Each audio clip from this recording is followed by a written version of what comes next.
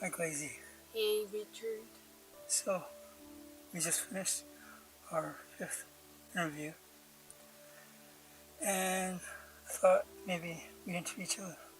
Yeah, that So, sounds good. okay, great. So, let me just take a break for a second. Yeah, for sure. Yeah, take a break. I should also make sure that I keep my mic on fully. Just gonna wait and don't lose the bunny tail, the cute bunny tail.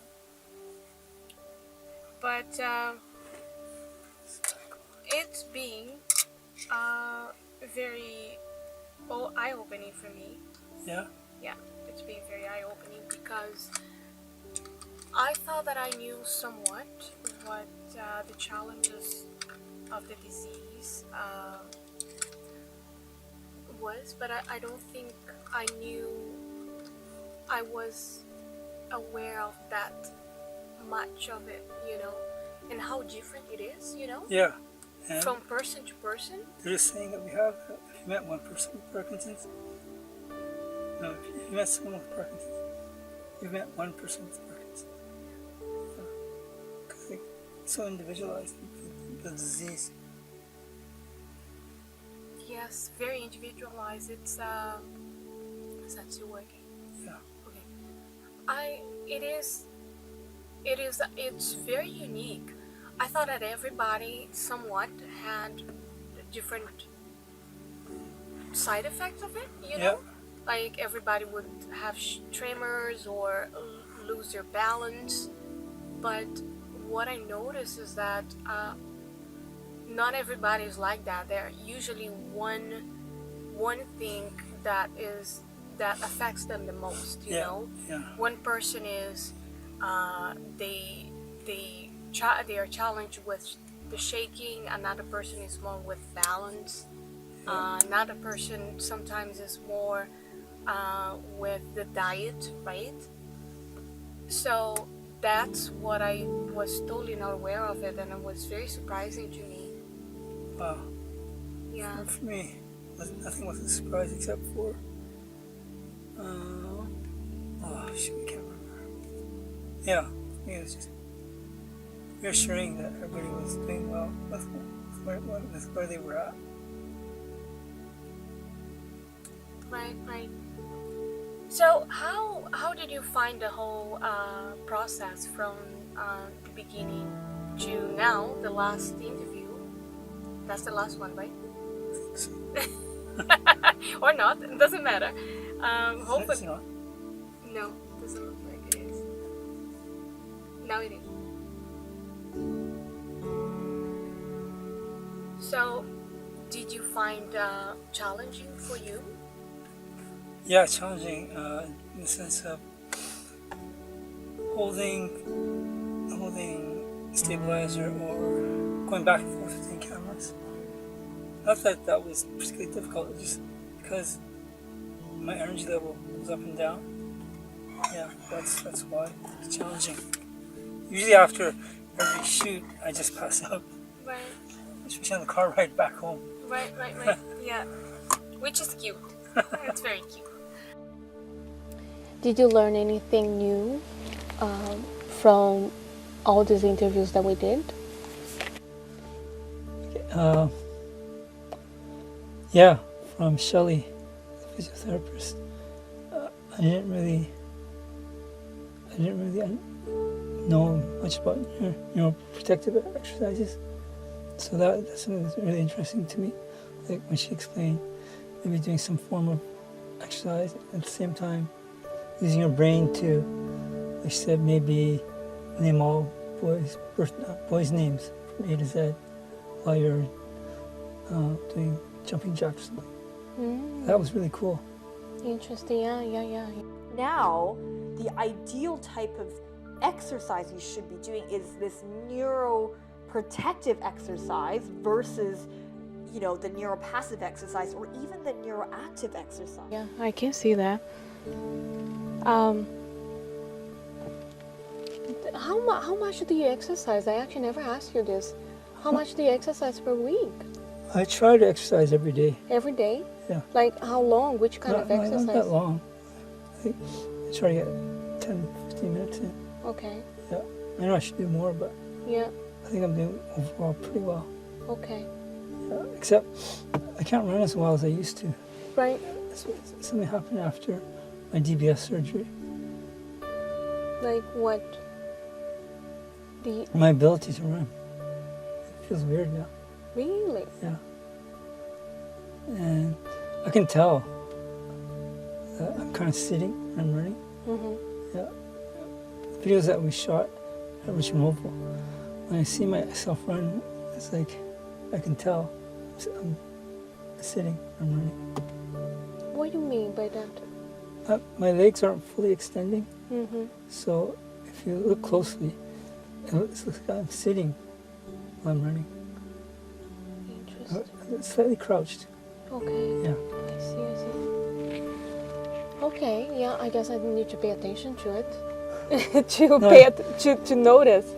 Well, it's because I'm a runner. Mhm. And You have a yeah. nice posture when you run because we even talked about this. It's like, wow, you have a really, like your demeanor is very like runner-like, right? Yeah, that's because all the years I was a sprinter from high school to university. So I have that discipline, and I think that's why it drives me nuts when I see people run. I hear heavy footsteps, Right. and I want to tell a person, if you think light, you'll run light. And I think that's the way people should run. Not if you're stomping your feet, you're losing too much energy as you hit the ground, Right. because the ground is absorbing a lot of energy when you pound onto it, right? So you want to spring your feet back up. Right. Interesting. Yeah. So going back to the exercise that you do Yep. every day, so what is it usually? It's mostly weightlifting and push-ups. Do you do at Stuff. home? Yeah. Or rubber bands. Right. And do you do like repetitions Yeah. and Yeah, repetitions. half an hour-ish? Not half an hour. No? No. Okay. I just do it until I feel like I can't do it anymore. Right.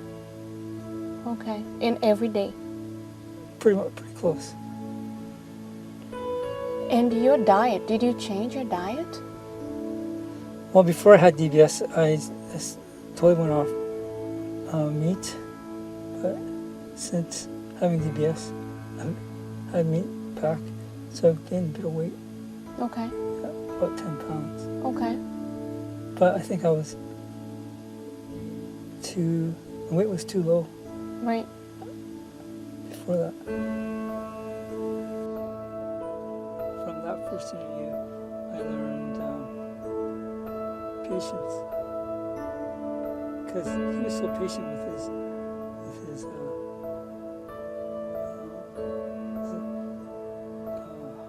not construction worker, but is it those guys that were renovating his bathroom? Right. I don't know if it has anything to do with Parkinson. No, but his patience was just incredible. Maybe he was just a patient person, period.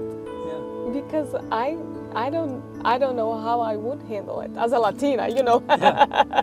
I would probably just get into that bathroom like, okay, what's going on here? You know what I mean? Yeah. But I mean, I know. I got very surprised with how patient he was with everything. But I mean, even his wife, just like Yeah.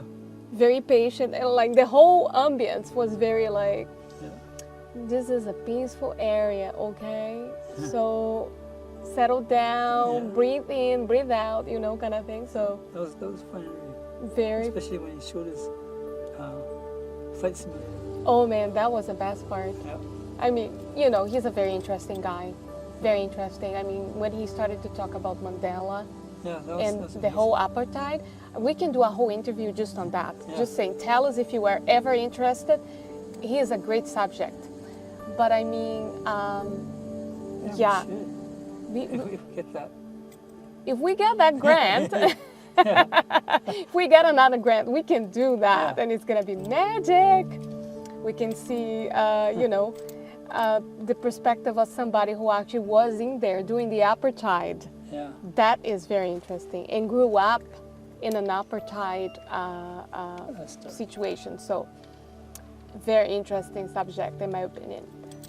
What he was doing, he was basically considered an enemy of the state and was imprisoned for, well, he got a life sentence, which he would have served till his death had events not sort of taken a different course. But from him, I learned the importance of doing exercises if you have Parkinson's. I mean, I know that is something that we keep hearing over and over, but I didn't realize how important it was until that point. Because I think he really works out. He works out 6 days a week. Yeah. And he works out hard. Yeah. Like we saw sweat coming out of his forehead. Yeah. Like how like he's focused on this.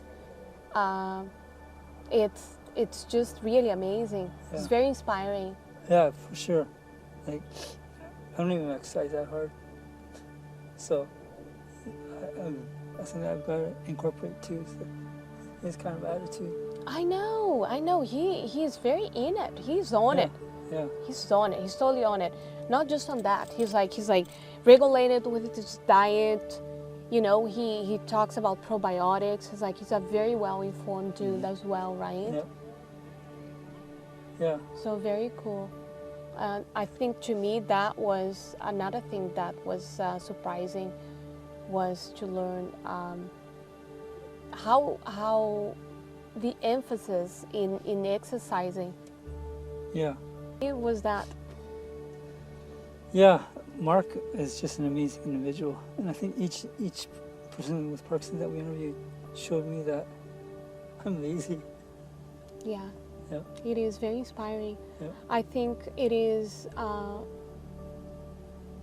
It's an interesting compilement of stories, real stories of real people who is going through a very challenging disease, but they take it in such a way that is so positive, you know.